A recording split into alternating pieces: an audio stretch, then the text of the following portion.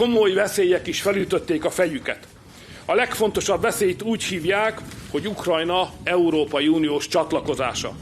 Ez a veszély itt lebeg a fejünk felett. Tegnap Brüsszelben előterjesztettek egy Ukrajna csatlakozását gyorsító csomagot. Jelentem, csapataink harcban állnak Brüsszelben.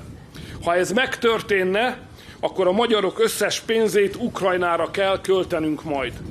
Keleti szomszédunk csatlakozásának költségei a 20 000 milliárd forintot is meghaladnák Magyarország számára, nemhogy a nekünk járó uniós források nem érkeznének meg, de még a magyar költségvetési pénzek is Kijevben landolnának.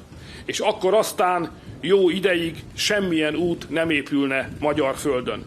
Ezért fontos az Ukrajna uniós tagságáról szóló szavazás, a Vox 2025, kérem mindannyiukat vegyenek ezen részt.